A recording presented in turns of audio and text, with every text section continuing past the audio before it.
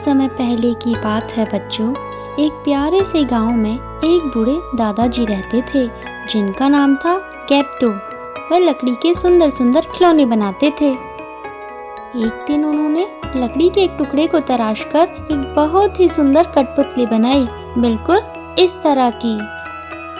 दादाजी ने प्यार से उसका नाम रखा था पिनोकियो।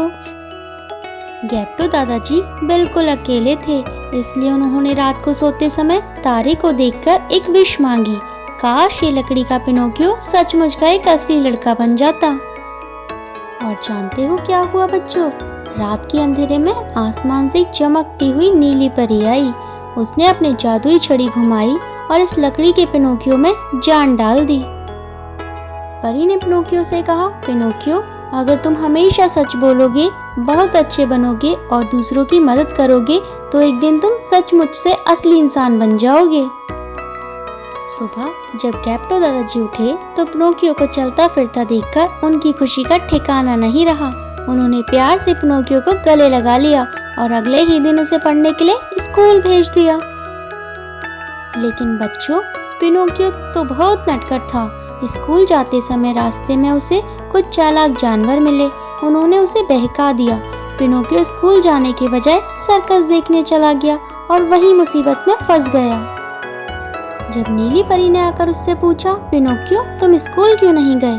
तो पिनोकियो डर गया और उसने झूठ बोल दिया कि मैं तो स्कूल ही गया था। खट से उसकी लकड़ी की नाक थोड़ी लंबी हो गई। पिनोकियो हैरान रह गया और उसने डर कर अपनी बात छुपाने के लिए एक और झूठ बोला तो उसकी नाक और लंबी हो गई। वह जितना झूठ बोलता उसकी नाक उतनी ही लंबी हो जाती। तब परी ने मुस्कुराकर कहा, पिनोकियो, जब भी तुम झूठ बोलोगे तुम्हारी ये नाक सबको सच बता देगी। पिनोकियो को अपनी गलती का एहसास हुआ। उसने रोते हुए परी से माफी मांगी और सच बता दिया। सच बोलते ही उसकी नाक फिर से छोटी और सामान्य हो गई। इसके बाद भी पिनोकियो से कुछ गलतियां हुई और एक दिन उसके दादाजी उसे ढूंढते ढूंढते समुद्र में एक बहुत बड़ी व्हेल मछली के पेट में फंस गए। जब पिनोकियो को यह पता चला तो वह अपनी जान की परवाह किए बिना समुद्र में कूद गया और समझदारी से अपने दादाजी को उस व्हेल के पेट से बाहर निकाल लाया।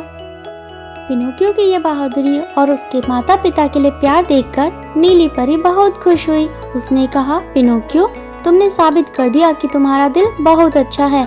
और परी ने जादू से उस लकड़ी के पिनोकियो को हमेशा के लिए सचमुच का एक हार्ड मस्त वाला लड़का बना दिया।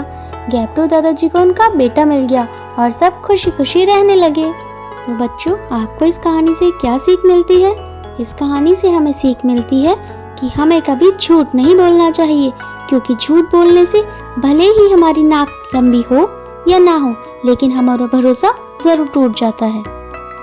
अगर आपको पिनोकियो की ये कहानी और ये मेरा छोटा सा दोस्त पसंद आया हो तो वीडियो को लाइक और चैनल को सब्सक्राइब जरूर करना। मिलते हैं अगली कहानी में। Bye bye.